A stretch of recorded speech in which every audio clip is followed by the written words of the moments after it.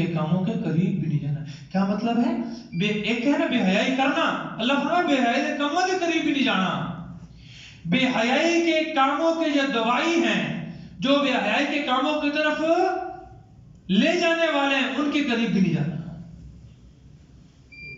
سمجھ آ رہی ہے؟ مثلا زنا کے قریب بندہ کب جاتا ہے؟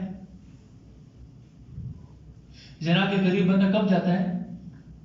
جب اس کی نظر کسی اجنبی عورت پر پڑے گی.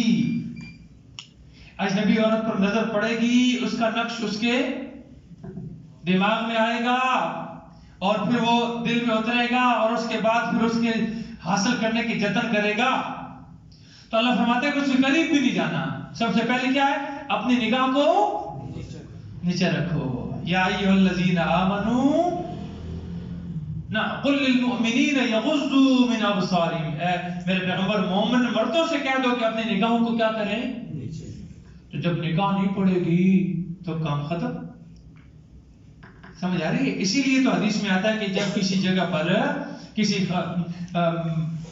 تنہائی والی جگہ میں ایک اجنبی مرد اور ایک اجنبی عورت ہو نا، تو تیسرا درمیان میں ان کے کون ہوتا ہے؟ شیطان ہوتا ہے. شیطان. اس لیے خلوت اجنبیہ،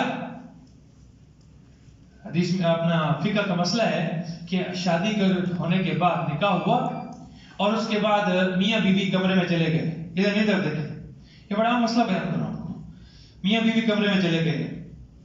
اب چاہے میاں نے اس کو ہاتھ لگایا ہے یا نہیں لگایا، درمیان میں کوئی رکاوٹ نہیں ہے، کمرے میں چلے گئے، کوئی ان کو روکنے والا نہیں ہے کوئی.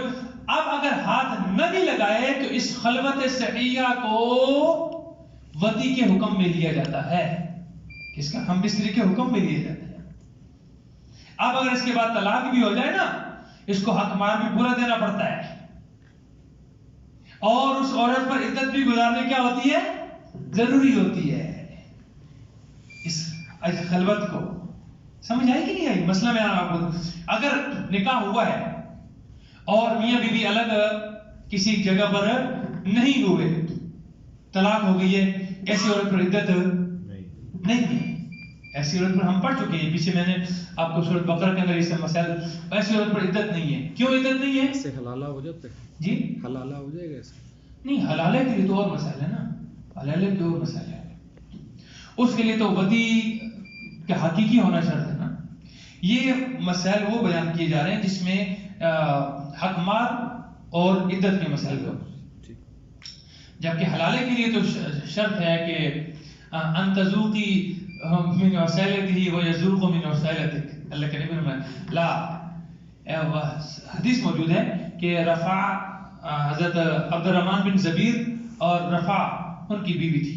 عبد الرحمن بن زبیر کی بیوی تھی. وہ چلی گئی، یا رسول اللہ، وہ جو نا اپنا کپڑے کا پلو ایسے پکڑ کر فرمایا کہ یوں ہے، یعنی اس کے پلے میں کچھ چیز جس طرح کپڑے کا پلو ہوتا ہے نا، اس طرح ہے. تو میں پہلے خاوند کے پاس واپس جانا چاہتی ہوں.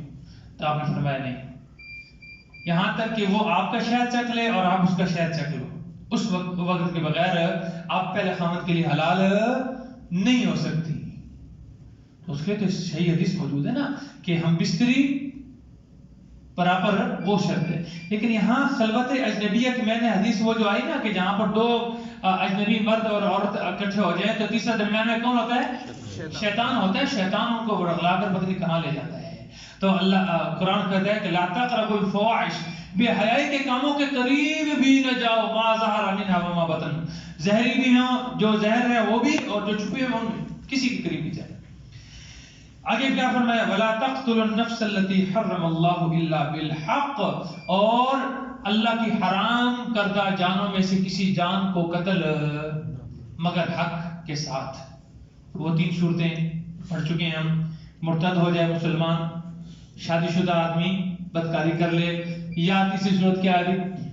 قتل، کسی نے کسی کو قتل کیا اس کے بدلے میں. اور یہ تینوں کام میرے اور آپ کے دائرہ کار میں نہیں ہے کہ کس کے؟ قاضی کے، ریاست کے. اس کے بعد آگے اللہ فرماتے ہیں وَلَا تَقْرَبُوا مَالَ الْيَتِيمِ، اور یتیم کے مال دے نیڑے بھی نہیں جانا. لا تقربوا مال اليتیم، یتیم کے مال کے قریب بھی نہ جاؤ. الا باللتی ہی احسن، مگر اس طریقے سے جو اس کے حق میں کیا ہو، بہتر ہو، بہتر ہو. حتی یبلغ اشدہ، یہاں تک کہ وہ کہاں پہنچ جائے، اپنی جوانی کو پہنچ جائے. یہ پیچھے اس کا تفصیلی احکام ہم سورۃ نساء میں بھی پڑھ چکے ہیں اور سورۃ بقرہ کے اندر بھی. وَيَسْأَلُونَكَ عَنِ الْيَتَامَى، وہ آپ سے یتیموں کے بارے میں پوچھتے ہیں. قُلْ إِصْلَاحٌ لَهُمْ خَيْرٌ، میرے پیغمبر آپ ان کو بتلا دیجئے کہ ان کے حق میں اصلاح جو ہے نا وہ بہتر ہے. وہاں جب یتیموں کا مسئلہ بیان ہوا نا، ان الذین یاکلون اموال الیتامی ظلما انما یاکلون فی بطونہم نارا، بے شک جو لوگ یتیموں کا مال ناحق طریقے سے کھاتے ہیں وہ اپنے پیٹ میں جہنم کی آگ بھر رہے ہیں. وَسَيَصْلَوْنَ سَعِيرًا، اور ان قریب دہکتی ہوئی آگ میں داخل ہوں گے. جب اس طرح کے احکام شدید نازل ہوئے نا، شدید وعید نازل ہوئی، ڈراوا نازل ہوا، تو صحابہ ڈر گئے. اور چودھری سے تھے مسلمان ایسے نہیں نا، وہ صحابہ سن ڈر گئے. یا رسول اللہ، ہمارے جن کی کفالت میں کوئی یتیم بچہ تھا نا چلے گئے، رسول اللہ ہم کیا کریں؟ اب اس کے لیے الگ آٹا گوندے اس کے اپنے مال میں سے، تو اس آٹا گوندا ہو سکے اس کو شام کو کھانے کا دل نہ کرے. اب اگلے دن تک وہ اگر اس کو بچا رہے تو خراب ہو جائے، پھر بھی اس کا نقصان. اور اگر ملا لیا اپنے ساتھ ملا کر اگر گوندا تو اس کا مال ہمارے پاس آ جائے گا تو پھر بھی اس کا نقصان. اور اللہ کا قرآن کہتا ہے کہ جو یتیم کا مال ناحق طریقے سے کھائے گا وہ اپنے پیٹ میں کیا بھر رہا ہے، جہنم کی آگ بھر رہا ہے. تو اللہ نے فرمایا نہیں، ایسا نہیں. وَإِن تُخَالِطُوهُمْ فَإِخْوَانُكُمْ، اگر آپ ان کا مال اپنے ساتھ ملا لیتے ہو نا، اور اللہ تو دلوں کے راز جانتا ہے نا، بھید جانتا ہے، تم کس نیت کے ساتھ ملا رہے ہو.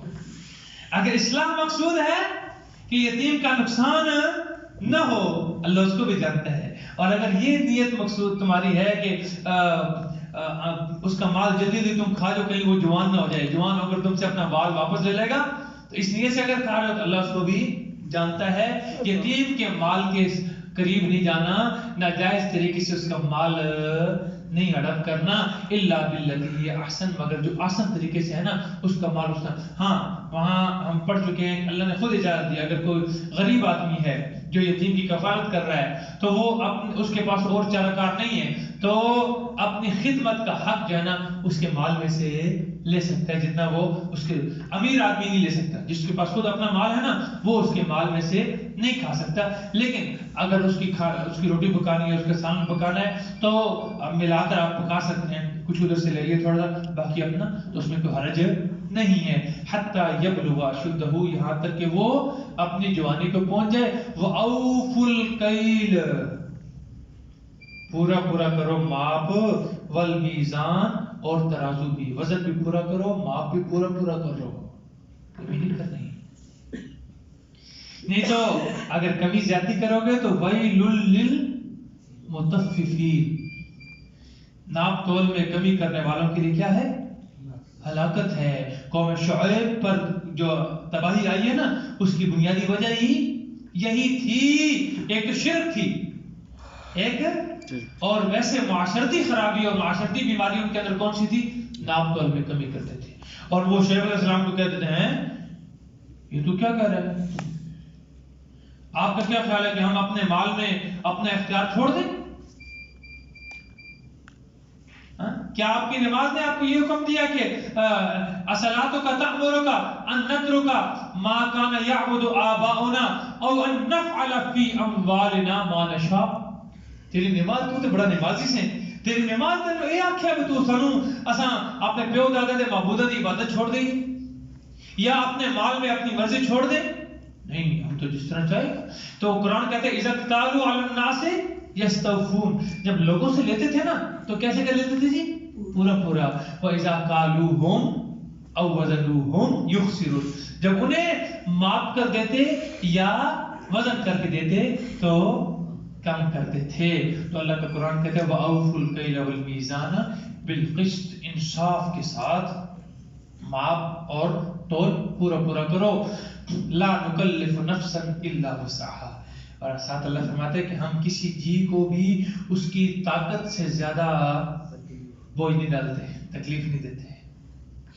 یہ کوئی ایسے احکام نہیں ہے جو انسان کی بس سے کیا ہوں، باہر ہوں. کوئی ایسا حکم ہے قرآن میں؟ اللہ کی طرف سے نبی کی شریعت میں کوئی ایک حکم ایسا بتلا دیں جو ہماری بس سے، ہماری طاقت سے زیادہ ہو. لا نکلف نفسا الا وسعها واذا قلتم، اور جب تم بات کہو نا، فعدلوا، تو انصاف کے ساتھ کہو. یہ قلتم قول سے مراد شہادت بھی ہے، فیصلہ بھی ہے.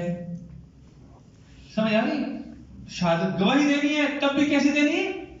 فعدلوا، انصاف کے ساتھ گواہی دینی ہے، سچی گواہی دینی ہے.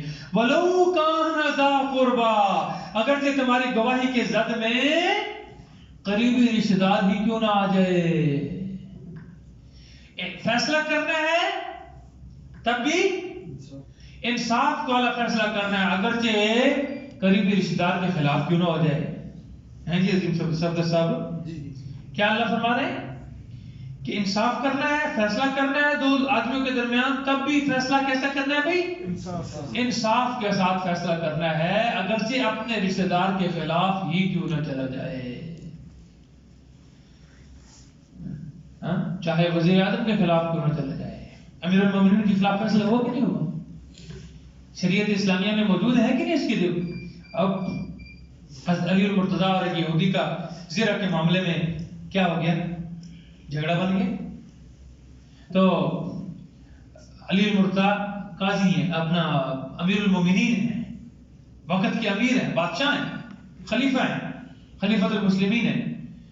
قاضی کی عدالت میں فیصلہ چلا گیا. قاضی نے گواہ مانگے ہوئے، البینۃ علی المدعی والیمین علی من انکر، ہے نا؟ دعویٰ جو تلی کا تھا، فرمایا کہ گواہ لے آؤ. اب گواہ تھے کہ یہ زرہ میری ہے، حالانکہ قاضی کو بھی پتا تھا کہ یہ زرہ کس کی ہے، زرہ کس کی ہے، لیکن قاضی کیا اپنے مجرم کے خلاف جو ملزم آیا ہوا ہے اس کے حق میں گواہی دے سکتے ہیں؟ قاضی گواہی دے سکتا ہے؟ بیٹی کی گواہی باپ کے حق میں قبول ہے؟ تو فرمایا گواہ لے آؤ، گواہ تھے نہیں. تو اب یہودی نے قسم اٹھا دی، فیصلہ اس کے حق میں کر دیا، فیصلہ اس کے حق میں کر دیا. یہ عمل دیکھ کر، یہ انصاف دیکھ کر وہ یہودی فوراً کیا ہو گیا؟ مسلمان ہو گیا. ہاں، یہ ہے انصاف، یہ ہے اسلام. اسلام اسی بات کی ہمیں دعوت دیتا ہے. اگر یہ انصاف آ جائے نا تو ہمارے معاشرے سے بدامنی کیا ہو جائے گی؟ ختم ہو جائے گی. لیکن یہ انصاف آنے نہیں دیتے، یہ انصاف آنے نہیں دیتے، قرآن کو نافذ نہیں ہونے دیتے. قرآن اگر نافذ ہو گیا ہماری اس اسٹیٹ کے اندر، ہماری ریاست میں قرآن کا نفاذ ہو گیا تو پھر تو کفر ختم ہو جائے گا نا. اس لیے وہ قرآن کو نافذ نہیں ہونے دیتے، اور ہم بھی نہیں چاہتے. ہم چاہتے ہیں اللہ اکبر. وَبِعَهْدِ اللَّهِ أَوْفُوا، اور اللہ کے وعدے کو پورا کرو، اللہ کے وعدے کو پورا کرو. کل یہاں سے پڑھیں گے انشاءاللہ. اللہ کا وعدہ کیا ہے؟